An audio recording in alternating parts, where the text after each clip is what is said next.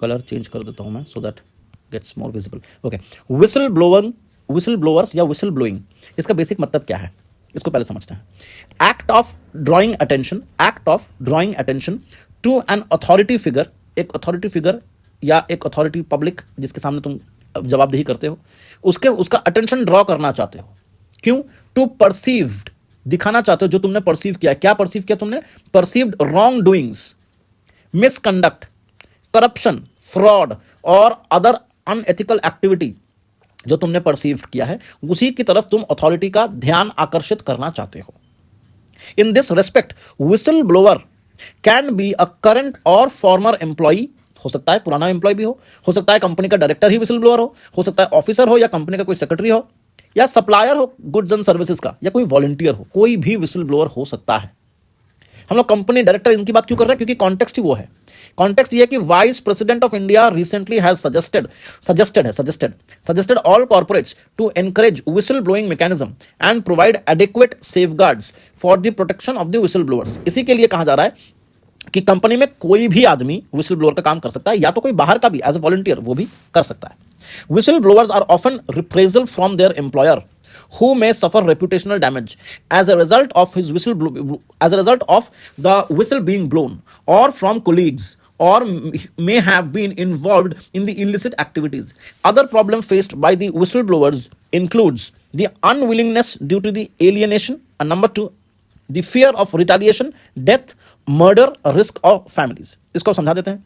अगर कोई whistle blower है, उसके लिए दोनों तरफ से हार है। अगर वो कंपनी के अंदर रहकर कंपनी का कोई घोटाला सामने लाता है तो वो कंपनी की रेपुटेशन को खत्म कर देता है, और दूसरे ही तरफ अगर कोई आदमी विसल ब्लोअरिंग का काम करता है, विसल ब्लोअर होता है, तो वो कौन विसल ब्लोअर है कौन नहीं है ये बात कभी पता नहीं चलती है, और जब जब पता चलता है तब तब उसके लाइफ रिस्क हो जाता है, उसकी फैमिली को रिस्क हो जाता है। और जो विसल ब्लोअर होता है उसको हर जगह से सिर्फ इंफॉर्मेशन कलेक्ट करना है, और फिर अगर कहीं पे भी कुछ गलत हो रहा है तो उसको बता देना है दुनिया के सामने। तो इससे क्या होगा? अगर मान लो अपने ही कोलीग्स के साथ उसके रिलेशंस खराब होने लगते हैं, सबको लगने लगता है यार ये तो अपना आदमी नहीं है। जैसे एक सॉर्ट ऑफ ब्रो कोड आजकल बड़ा चलता है फैशन में, कि अगर कोई एक लड़का गलती कर रहा है तो दूसरा लड़का उसकी गलती सुनकर भी चुप रहता है। ये भाइयों के बीच की बात है। जबकि विसल ब्लोअर ये सब फालतू की चीजों को नहीं मानता है, उसका काम है गलत को गलत बताना, सही को सही बताना, लेकिन उसके लिए क्या होता है? उसके भाई नहीं बनते हैं। That's the reason for the, जिसको हम लोग कहते हैं एलियनेशन। उसको सोसाइटी से एलियन कर दिया, अलग हो जाता है, आइसोलेशन में चला जाता है बेचारा। और अगर करेगा तो भी रिस्क है, तो दोनों तरफ से उसको झेलना पड़ता है। कंपनियों के लिए प्रॉफिट कहां है? कंपनी के मालिक के लिए प्रॉफिट है। रेपुटेशन तो चलो थोड़ा बहुत नुकसान होता है, लेकिन अगर कंपनी के अंदर एक प्रॉपर मैकेनिज्म है तो विसल ब्लो करने के लिए वो सबसे पहले प्रेस के पास नहीं जाएगा। विसल ब्लो करने के लिए वो कंपनी के डायरेक्टर से बात करेगा। कंपनी के डायरेक्टर या कंपनी के जो मालिक है उसके लिए फायदा ये होता है, उसको पता चल जाता है कि उसके कंपनी में कहां पे घोटाला हो रहा है, तो ये पॉजिटिव भी है। लेकिन अपने दोस्तों यारों के साथ ये बड़ा नेगेटिव में काम करता है, और गलती से भी पता चल जाए तो काफी रिस्क हो जाता है उसके लाइफ को या उसकी फैमिली के लाइफ को। इसी के लिए हम लोग विसल ब्लोअर प्रोटेक्शन की बात कर रहे हैं। अब whistle blowing can be helpful किसके लिए? Limiting risk and potential damage to the employer, जैसे मैंने कहा कंपनी के मालिक के लिए बड़ा फायदा है। Commitment towards identifying and remedying the wrong doing and encourages the staff कि अच्छे से रहो क्योंकि तुम्हारे ऊपर कोई देख रहा है, यू आर बीइंग वॉच्ड, तो वो लोग भी अच्छे से काम करेंगे। तीसरा, providing a strong work place mechanism, हाँ सब लोग ढंग से काम करेंगे क्योंकि सबको पता है यार हम नहीं करेंगे तो शायद कोई जाके बता देगा। और चौथा है generating awareness in the society. The whistleblowers can blow the lid of corporate and financial scams, जैसा कि एडवर्ड स्नोडन ने एक बारी किया था। Edward Snowden former CIA employ था जिसने काफी सारे क्लासिफाइड इंफॉर्मेशन को लीक कर दिया था टू द पब्लिक। इसके लिए उसको आर्मी US भी ढूंढ रही थी। अभी उसको जाकर स्वीडन में जाकर के वो लेकर रखा हुआ, असाइलम में है। अब विसल ब्लोइंग जो मैकेनिज्म है इंडिया में, इसको कहते हैं विसल ब्लोअर प्रोटेक्शन एक्ट 2014। इसके अंदर protection has been given from harassment to a person making disclosure of corruption. जो भी विसल ब्लोअर है उसको जो हरासमेंट होती है, हरासमेंट से बचाने के लिए ये एक्ट को बनाया गया है। It provides a broad definition of whistle blower. कोई भी आदमी विसल ब्लोअर अगर हो जाएगा, अगर विसल ब्लोअर का डेफिनेशन ब्रॉड कर देंगे तो ऐसे बहुत सारे लोग हैं जिनको करप्शन अच्छा नहीं लगता, लेकिन वो भी बोलने का साहस पाएंगे, क्योंकि ऐसा नहीं है कि तुमको कंपनी का आदमी ही होना पड़ेगा। अगर विसल ब्लोअर का डेफिनेशन ब्रॉड हो जाएगा तो हमें ऐसे बहुत सारे वॉलंटियर्स मिलेंगे जो ऐसे धांधलीबाजी को लोगों के सामने ला सके। तो अगर उन्हें पता है कि ब्रॉड डेफिनेशन है तो ये एक तरह से विसल ब्लोअर की गिनती को बढ़ा सकता है, which is good.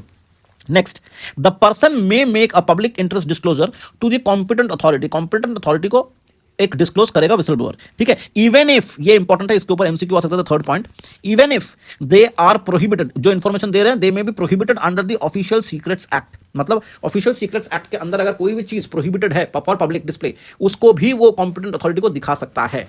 Next, it does not apply to armed forces.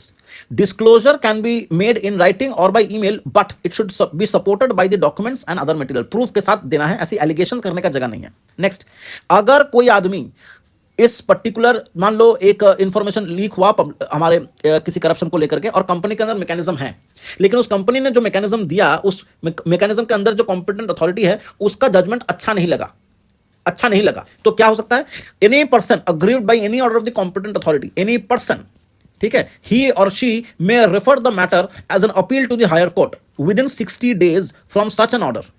The central government shall ensure that no person, फिर से person, no person or public servant who has made the disclosure, मतलब कि पब्लिक हो या public servant हो जिसने ये whistle blowing का काम किया है, under this act is victimised by initiations to any proceedings. मतलब इसको थोड़ा ध्यान से सुनो, अगर कोई भी आदमी विसल ब्लोअर की मदद करता है और कुछ सच्चाइयां बताता है, भले ही वो कोई पब्लिक हो या कोई पब्लिक सर्वेंट हो, तब भी उनके खिलाफ कोई एक्शन नहीं लिया जाएगा।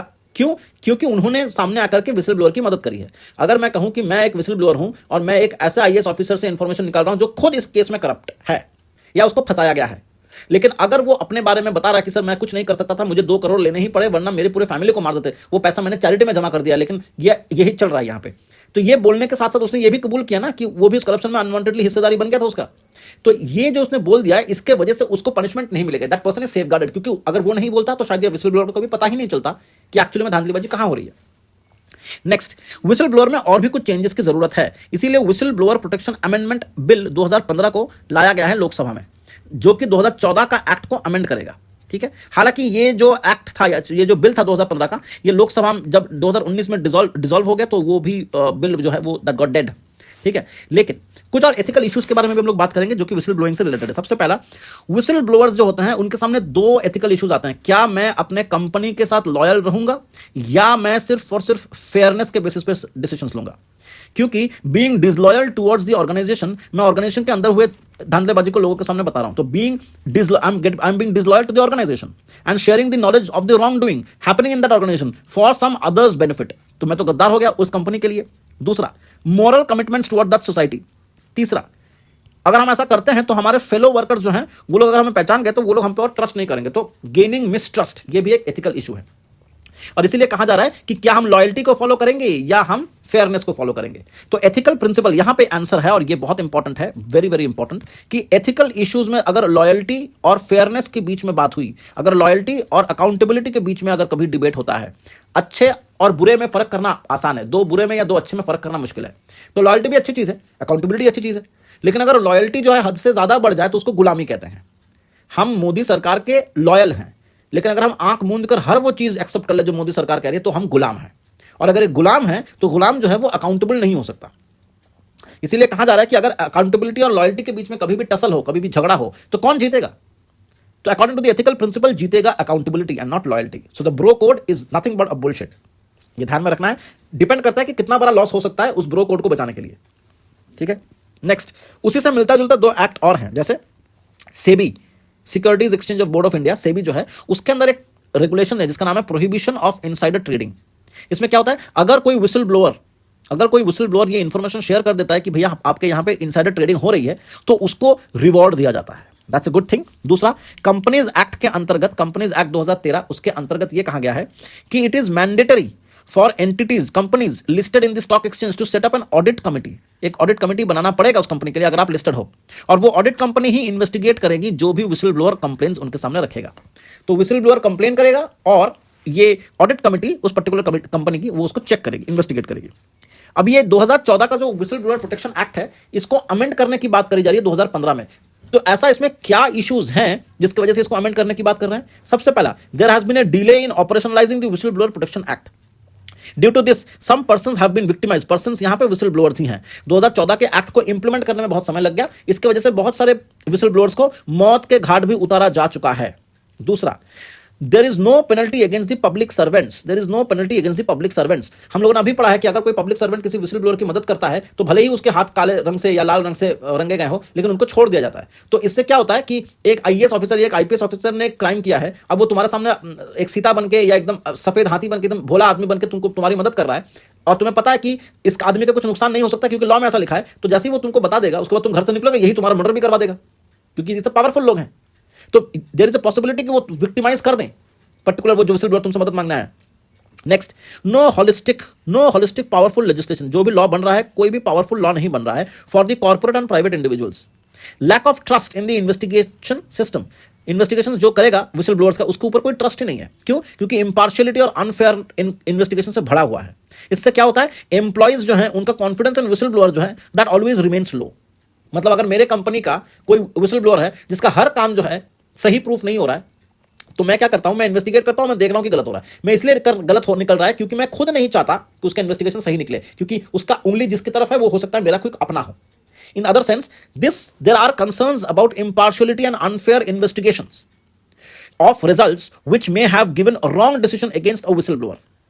ठीक है, इसीलिए therefore employees confidence in whistle blowing programme remains a very very low. Whistle blowers के केसेस में देखा जा रहा है कि अगर कंपनी के फेवर में वो विसल बजा भी रहा है तब भी उसको वो अप्रोप्रिएट रिवॉर्ड नहीं मिलता है, क्योंकि कंपनी उस पर ट्रस्ट नहीं कर पाती है कि भाई कितना % सच बोल रहा है। वैसे ये वाला पॉइंट कॉन्ट्रडिक्टरी इसलिए है क्योंकि हमने पहले ही कहा था कि जब भी विसल ब्लोअर कोई भी इंफॉर्मेशन देगा वो लिखत में देना पड़ेगा, and that has to be documented, that has to be backed by evidences. तो इसीलिए ये पॉइंट उतना कुछ खास नहीं है। अदरवाइज ये खास इसलिए बन जाता है क्योंकि भले ही तुम कितना भी एविडेंसेस दो, उसको अनफेयर एलिमेंट घुसाना है, इसीलिए वो ऐसा कर रहा है। Next, there is no effective implementation in organisations. Effective implementation नहीं हो पा रही है विसल ब्लोअर प्रोटेक्शन एक्ट 2014 की। इसीलिए अल्टीमेट कंक्लूजन यही है कि even having protection to whistle blowers threats to their lives still remains, which requires further strengthening of the regulation and compensation and remedies for the aggrieved